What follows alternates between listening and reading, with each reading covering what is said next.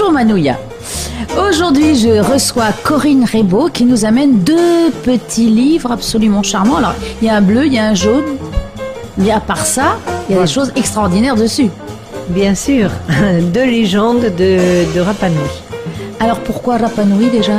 Eh bien parce que l'auteur, Ana Maria Arredondo et Pasquane, vit à l'île de Pâques et elle a écrit ces deux légendes.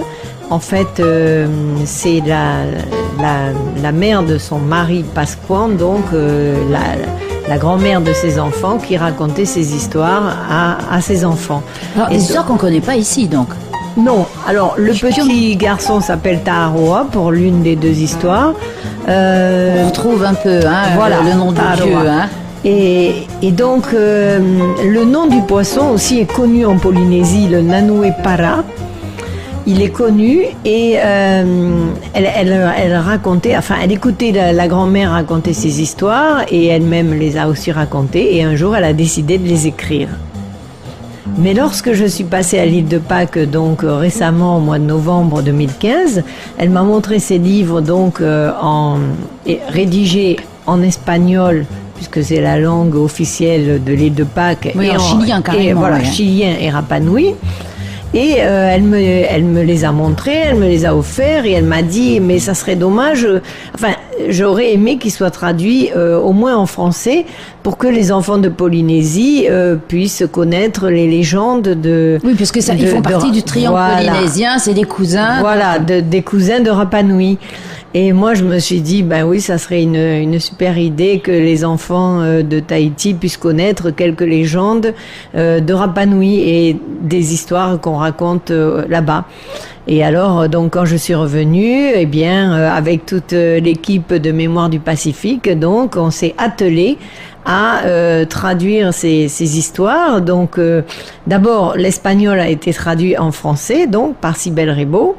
Et ensuite... Cybèle Rebaud, c'est de la famille peut-être. Voilà, exact. ça me chante là. Je dirais même que c'est ma fille. Oui, je m'en doutais. Et ensuite, et après je me suis dit, mais pourquoi pas aussi en Réo Maui. Ben oui. Et donc, je me suis adressée à mon amie Astrid Drolet. Et je lui ai demandé si elle voulait bien participer à cette aventure polynésienne, une de plus. Et elle a été tout à fait d'accord. Et donc, elle a traduit Le Petit Poisson de Taharoa. Donc, il se trouve que le petit livre bleu qui s'intitule Le Petit Poisson de Taharoa, eh bien, il est écrit en 4 langues. Et oui, c'est ce que je vois. Donc, à l'origine, le Rapa Nui et l'espagnol. Et puis, nous, on a traduit en français et en réo grâce à Astrid et à Cybèle. Voilà. Et à la fin de ce livre-là, il y a aussi des petits jeux de mémoire. Oui, c'est très pédagogique voilà, aussi. Oui. Eh bien oui, c'est notre fibre d'enseignant voilà. qui rejaillit. Puis on n'en sort pas. L'atavisme ressort. Oui, c'est une vocation à vie, ça, l'enseignement. Et donc, à la fin, donc, il y a des petits jeux de mémoire pour faire retrouver aux enfants le nom de l'île, leur apprendre un peu les différents types de poissons qu'on peut trouver là-bas, dont le fameux Nanue Para, et puis aussi retrouver les noms d'oiseaux qu'on peut trouver sur l'île, etc. Donc c'est dessiné par un dessinateur Rapa Nui, écrit par une habitante Rapa Nui et traduit par des Polynésiens. Donc c'est une aventure typiquement polynésienne. C'est bien la société d'édition Mémoire du Pacifique. Là, elle trouve pleinement son appellation. Tout à fait. C'est l'association Mémoire du Pacifique où tous les membres sont bénévoles et participent volontiers à la divulgation de certaines, dans le cas précis, de légendes polynésiennes. Ah oui, c'est chouette ça, parce que donc l'histoire, tu peux nous redire un petit peu l'histoire du petit poisson, c'est... Alors il y a un petit garçon qui s'appelle Taharoa et donc il joue le long des rochers au bord de l'eau à l'île de Pâques, donc à Rapa Nui, et puis un jour il attrape un petit poisson et bien entendu il veut le garder, il veut l'élever, etc. Alors bon, son papa est d'accord, il fabrique une espèce de petit aquarium avec un bidon qui coupe en en deux, ils le remplissent d'eau de mer. Et tous les jours, on change changer, l'eau, oui. etc. Et il s'occupe de son poisson comme si c'était d'un petit chat, d'un petit chien, etc. Mais c'est un petit poisson, mais qui grandit. Et au bout d'un moment, évidemment, le poisson va être trop grand pour le bidon. Et là, le papa lui dit non, il faut ramener ce poisson. Et lui redonner sa liberté. Voilà, il faut le rendre à l'océan. Et hop. Voilà. Et à contre-cœur, le petit garçon va faire ça, mais après, point de suspension. Voilà, il y a toute une histoire. Et l'histoire, la légende, comment les oiseaux de mer sont-ils arrivés sur l'île de Pâques, sachant qu'il y a une grande légende aussi avec l'homme-oiseau et puis ces rochers, le rocher où il fallait que le roi, le futur roi, puisse envoyer un de ses soldats, enfin un de ses guerriers, pas lui-même, il faut pas pousser, pour aller chercher les œufs. Donc ça fait partie aussi de cette histoire. Alors là, c'est la grand-mère qui s'appelle Veimangaro qui va raconter à son petit-fils, cette légende, donc comment les oiseaux sont arrivés à l'île de Pâques, donc à Rapa Nui. Et va aussi raconter par la même occasion la légende du Tangata Manu, c'est-à-dire la légende de l'homme-oiseau. Alors c'est très beau, les illustrations. J'adore les dessins, ils sont très très beaux, ils sont et en noir et blanc, mais ça fait rêver davantage. Avec beaucoup de précision. Oui. Ils ont été faits à l'encre de Chine. Je reconnais, le volcan. Voilà. Et ceux qui sont allés à l'île de Pâques reconnaissent le volcan, reconnaissent tout à fait, les tatouages, reconnaissent le site d'Orongo à partir duquel se situe donc la fameuse cérémonie de l'homme-oiseau.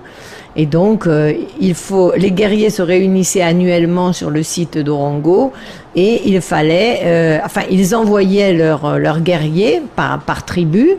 Et le guerrier devait descendre la falaise, nager. Oui, parce que c'est un endroit très dangereux, c'est pas facile. Oui, mais c'était justement ça le challenge.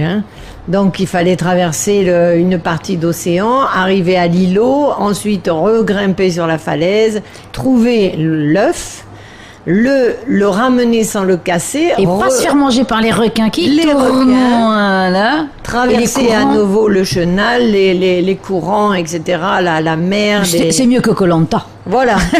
Et après, remonter la falaise et le premier qui ramenait l'œuf intact en haut de la falaise, donc à Orongo, son chef était désigné roi de l'île pour l'année.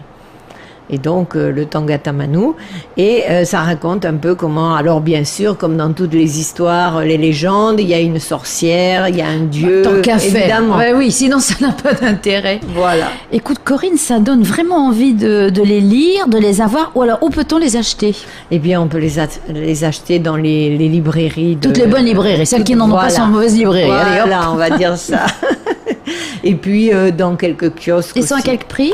Alors 1450 francs et 56 pages et donc largement illustré. Oui, c'est donc en plusieurs langues.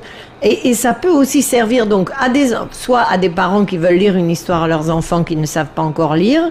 Les enfants qui commencent à lire de l'âge de 6 ans environ, ils peuvent la lire. Et puis après, ça peut aussi servir à des enfants qui sont au collège pour se familiariser avec l'espagnol à partir de la classe de 4e souvent. Tout à fait. Et puis bon, même dans les écoles, parce que il y a du Reo, il y a du Rapa Nui, il y a du français et l'espagnol, ils vont l'apprendre un jour.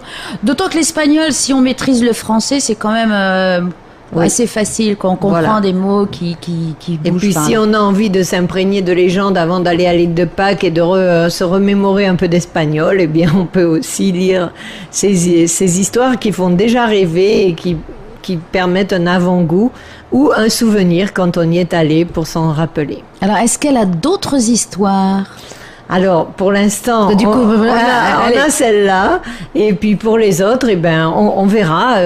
Quand je la reverrai, elle en aura peut-être écrite d'autres. Eh bien, merci Corinne pour ce beau cadeau qui est fait aux enfants du Fénois, et donc par les cousins. Voilà, les cousins Rapa Nui. Merci beaucoup, Martine. Je t'en prie.